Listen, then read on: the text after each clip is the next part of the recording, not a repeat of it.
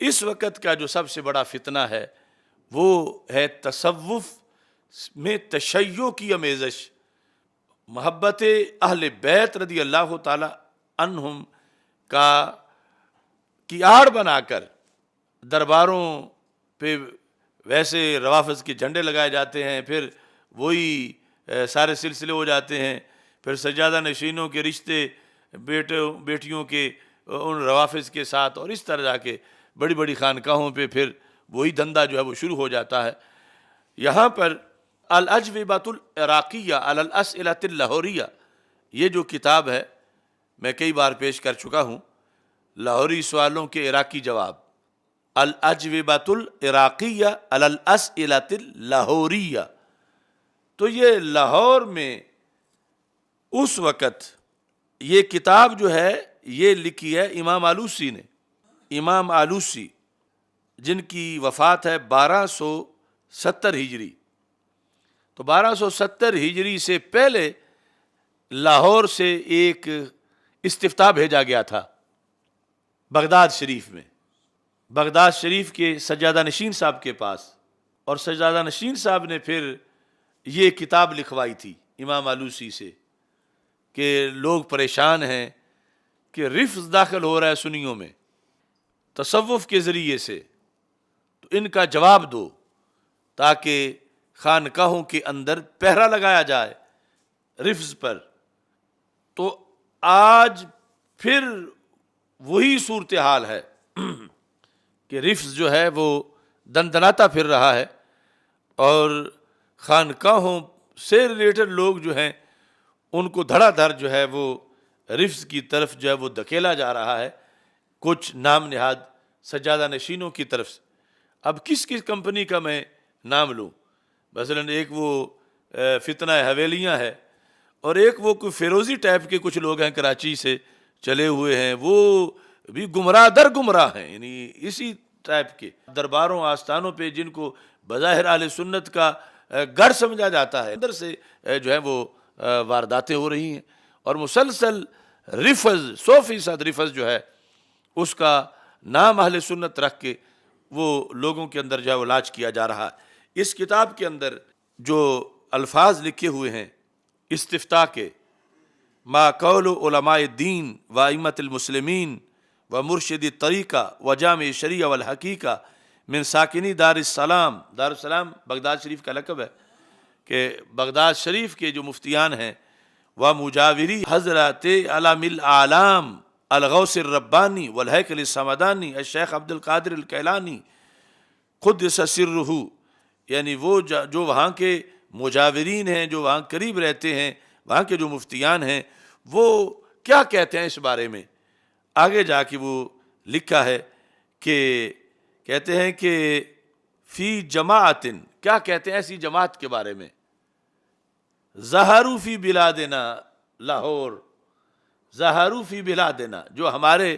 یعنی ان علاقوں میں لاہور اور جو قرب و جوار کے اندر گرد و نواح میں جو لوگ ظاہر ہو گئے ہیں، یزعمون انہم من اہل سنہ، دعویٰ ان کا یہ ہے کہ ہم سنی ہیں۔ یہ نقطہ ہے اصل کہ جو رافضی بن گیا تو وہ رافضی کہلوائے، رافضیوں کے پاس بیٹھے، رافضی بن کے رہے۔ یعنی یہ خطرناک ٹولہ ہے کہ جو بن رافضی جاتے ہیں لیکن کہلواتے سنی ہیں، کیونکہ اگر وہ رافضی ہی کہلوائیں تو پھر ان کو کام نہیں دیتے رافضیوں کو، کہ وہ چاہتے ہیں کہ ان کے ذریعے سے شکار ہو، کیونکہ شکار کرنے کے لیے اسی طرح کا ہونا چاہیے جن کو شکار کرنا ہے۔ تو اس بنیاد پر انہوں نے کہا کہ ایسے لوگ پیروں میں تیار ہو گئے ہیں کہ یزعمون انہم من اہل السنہ، ان کا دعویٰ یہ ہے کہ وہ اہل سنت میں سے ہیں، لیکن وَيَسُبُّونَ الصحابہ رضی اللہ تعالیٰ عنہم، معاذ اللہ صحابہ کو گالیاں دیتے ہیں، خصوصاً من خاض لجۃ الفتنہ کا معاویہ ابن ابی سفیان ومن وافقہ فی ذلک الشان،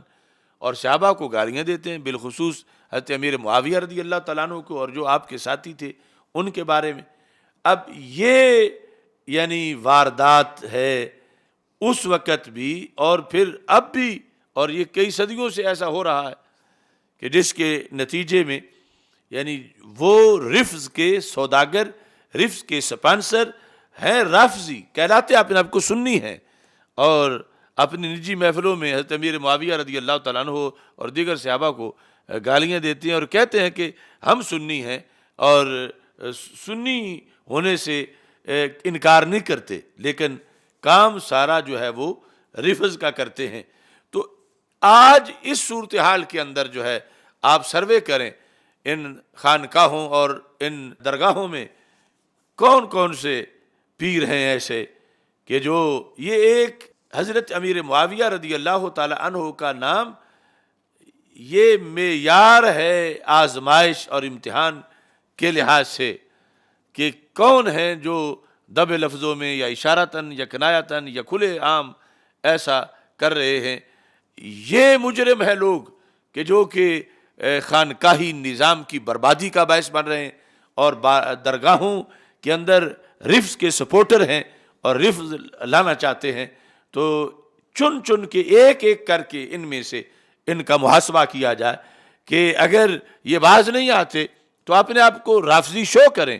اپنا رافضی لکھیں، اپنی درگاہ کو رافضی قرار دے دیں، یعنی اپنے بزرگوں کو تو نہیں کہہ سکتے چونکہ بزرگوں کا عقیدہ وہ دنیا سے اپنا اہل سنت کا عقیدہ لے کر گئے، اس پر قائم رہے، وہ اللہ کے ولی ہیں، ان کی شانیں ہیں، ان کی کرامات ہیں، مگر انہیں ان سے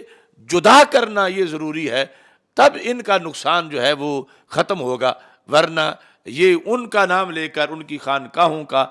بارگاہوں کا نام لے کر پھر یہ دھندا کیا کر رہے ہیں کہ دھندا یہ ہے کہ تشیع اور تصوف کو ایک بنا کے پیش کر رہے ہیں، حالانکہ تشیع کے بارے میں یہ لائن لگی ہے کتابوں کی، یہ سب نے لکھا کہ یہ یہود سے بھی زیادہ خطرناک ہے، یہود سے، نصارہ سے، اور یہ اس کو جو ہے وہ کہتے ہیں بس ایک ہی بات ہے، وہ بھی محبت اہل بیت والے ہیں، ہم بھی محبت اہل بیت والے ہیں، اور اس طرح کر کے لوگوں کو دھکیل دھکیل کے ادھر بھیج رہے ہیں۔